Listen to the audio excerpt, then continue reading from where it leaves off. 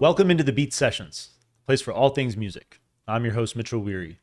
Let's have a look at this new record from Mitski entitled The Land is Inhospitable, and So Are We. She released that on September 15th. This is her seventh studio album and her follow-up to 2022's Laurel Hell, teaming up once again with producer Patrick Hyland. These two are an indie rock and roll dream team. And I know that I'm one to usually argue that an artist should team up with different producers from time to time if they're looking to expand on their sound. It's just not the case with these two. They just have the ability to go into the studio with an idea of how they want to reinvent themselves, and they go at it. She is so dynamic, such an incredible artist. If visceral was a genre, she would be at the top of that genre list. Her music, it's so much fun as a fan knowing that each new album is going to be a surprise. Laurel Hell, an incredible record focused on an electro pop feel, and I really enjoyed that album.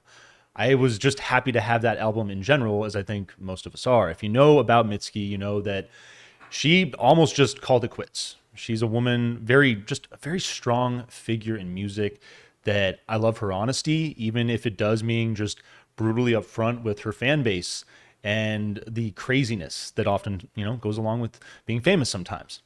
She's not afraid to put people in check, act accordingly, behave like I am just a person. I deserve to, walk out into the street and not be, grabbed at or, constantly bothered. It's cool to have people like her still stay in the game and deliver that message because I think music is there to make statements, and oftentimes I think people need to be checked. It's unfortunate to have to do it to your own audience, but I admire that about her. This new record is very much in line with that visceral style that we're talking about, just so brutally honest. But she's a woman now that's in her early 30s. Welcome. It's an amazing place to be. It's an amazing place to get out of your 20s, out of that age of growth and development. Oftentimes there's so much insecurity that goes along with that growth and development. It can be a difficult time. Your 20s aren't necessarily an easy phase. They're fun, but they can be complicated. Your 30s, I feel like you tend to find more of who you are, more of what you're about and what you want. That's why I really enjoyed this decade of my life. And this record, The Land is Inhospitable, and So Are We. The title seems a little strong and a little aggressive, but this album is taking on a much more mellow perspective. She still is angsty. She still has things that she wants to get off her chest, and I love that about her music. I love that she uses it. She talks about it. She talks about, creating a space where people can take all the bad things, all the baggage that, just doesn't belong in their lives, and they can just unload it with a 30-minute listen. It's what's so great about her records. They really are incredible for that reason. But The Land is Inhospitable, and So Are We. This is a gorgeous record. And I love the dynamic. It's minimal at times, and I like, she has it's just such an incredible singing voice. So the melodies and the harmonies that have come together on some of those tracks, really quite nice. But then there's other tracks where she's brought an orchestra into work and just these full pop experiences. I mean, just sonically mesmerizing what she's doing on, the other part of this record. So just so much fun. A prolific artist, really. Even with that a little bit of a break there around 2000, or I think it was just a little before that. Considering dumping music, 7 records within about a decade's time, or a little over a decade, excuse me. But this is her second record within about 16 or 17 months coming back from that hiatus. So I love it. I love where she's at artistically. I don't think that she is the tortured individual that she comes off on her albums. Like, I would love to sit down and talk with her because I think she'd be a really wonderful person to have a conversation with. I'm sure she'd have a lot of pleasant things to say, and I'm sure she would be just wonderful to sit down with. But it's great to have artists like her that are so honest about putting that angst into the listening experience and creating that. And that's I think no matter what she does, again, that genre, visceral, that's something that's always going to be consistent with her music, even as she gets older. And that's what I love about this new record too, is there's moments where she seems a little more optimistic. And I think that just goes along with age, with getting older, learning to accept things, some things that are oftentimes like, kind of crummy, but the world is going to operate the way it's going to operate. And you have to pick and choose your battles. And there's only so much that one individual can do. So versus being overwhelmed by what you cannot handle, I love that she seems like she's kind of in a place where, all right, like I'm going to just focus on these things, highlight, these issues and talk about this stuff and just leave it out there. She doesn't quite seem to have as much angst. And I think that's, there's a level of maturity that goes along with that in the songwriting, and I'm loving it. I love the lyrics on this record. It opens up the song "Bug Like an Angel." There's a line in here: "As I get older, I learned I'm a drinker. Sometimes a drink feels like family." Like just so blunt and so good.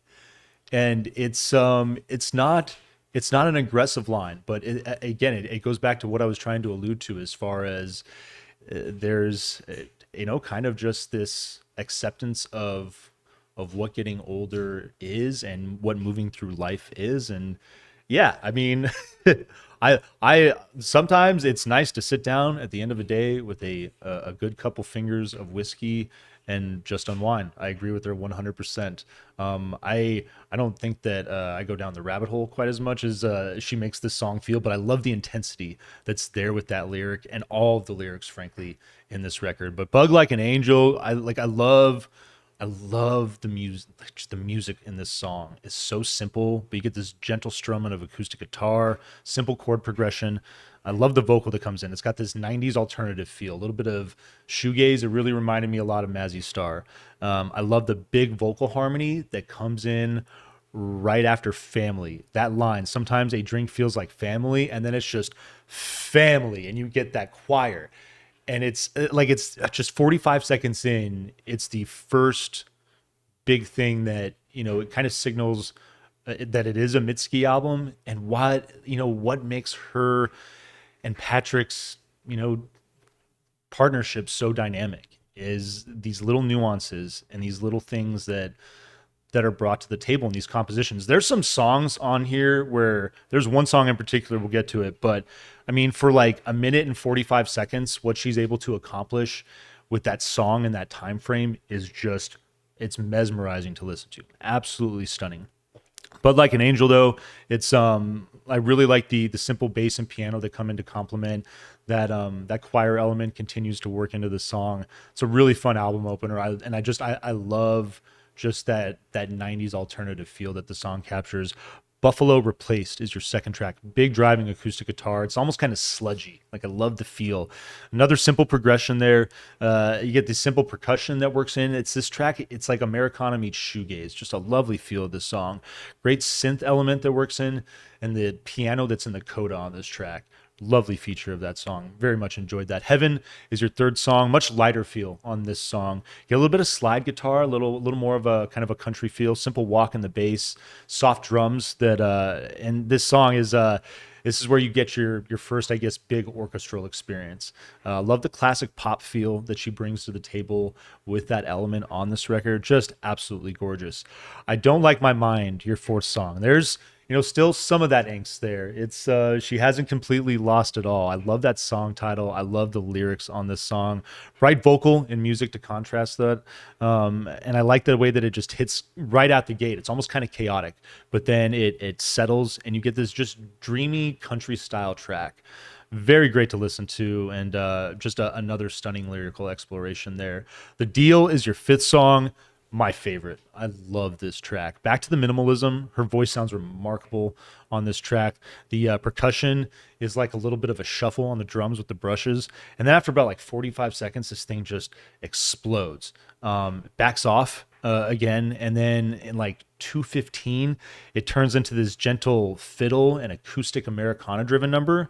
But then the drums build back in and this coda just becomes completely chaotic. This song is amazing. I absolutely love it. I'm so obsessed with it. Cannot get enough. "When Memories Snow" is your sixth track. Simple piano and vocal. Really love her voice on this song as well. Simple backing vocal, orchestration moves in, and then the song, like, it goes like full on with this kind of like spaghetti western feel. It's something that she talks about on this record. There's a few tracks where that nuance is very strong. I really like the influence there. Makes for a really fun vibe. And I really, that's the song where, like, in a minute and 45 seconds from start to finish, what she's able to do, it's very impressive. My Love, Mine, All Mine is your seventh song. Excuse me, gentle ballad, piano and simple rhythms. Got like a doo-wop and country feel, but it's a nice, just little kind of like easy number considering the complexity of a lot of these tracks. I kind of enjoyed that contrast there. The Frost is your eighth song. Bright Americana arrangement. Love the slide, a little bit of mandolin at work on this thing. Simple walk in the bass, but lots of that classic pop feel too. I love that no matter what she's doing, whether it's with the orchestration or even with just some of the minimalism, there's that awareness, that feel of the pop arrangement that she's just so damn good at delivering. Star is your ninth song. Got this synth texture, ushers in this vocal, and I like the way that the synths just continue to build on this song. Lyrically, this is a song where, like, I like the perspective. I like that there's a little more of kind of like an optimistic feel in this song, a little bit of a brighter feel, and I really like just the way that the drums hit to ground this track. The synths mellow out but build back on it. It's a lovely number. I'm Your Man is your penultimate track, an interesting song. It's a simple acoustic number, hush percussion, just get this melancholy tone to the song. Track becomes increasingly intense. It's got this big choral element to it towards the end. And then, like, the end gets a little chaotic as well. There's like dogs barking, finishes with, the sounds of nature. Just think of like just a mellow summer evening with the sounds of just like crickets and all that stuff. Very interesting way to lead into your final song. I Love Me After You, big ominous piano, simple vocal, but it's intense. I love the intensity of that simple instrumentation and her vocal melodies. Textures intensify, the drums hit with about a minute in. The song left me kind of feeling, kind of made me feel like when Sigur Rós goes a little heavy. Their drummer Ori no longer with them, so they a little softer in the live shows and in album production these days. But when they had that element there, it really reminded me of that. And I think it's a great way to close out this gorgeous record. I loved Laurel Hell. This record is brilliant. Definitely a vinyl please. This is easily one of the best records of the year, no doubt. I hope you agree with that after you listen to it. I hope you find this review helpful. Please enjoy this record. Like this video, subscribe to the channel, do all the things to help us blow this project up in 2023. Stay tuned throughout the week for more album reviews. And if you're in Tucson, Arizona on Friday night, I'll be back at Corbett's from 10 p.m. until 2 a.m. spinning records, having a good time. Come by, play some pickleball, hang out. Hope to see you. We will see you next time on the Beat Sessions.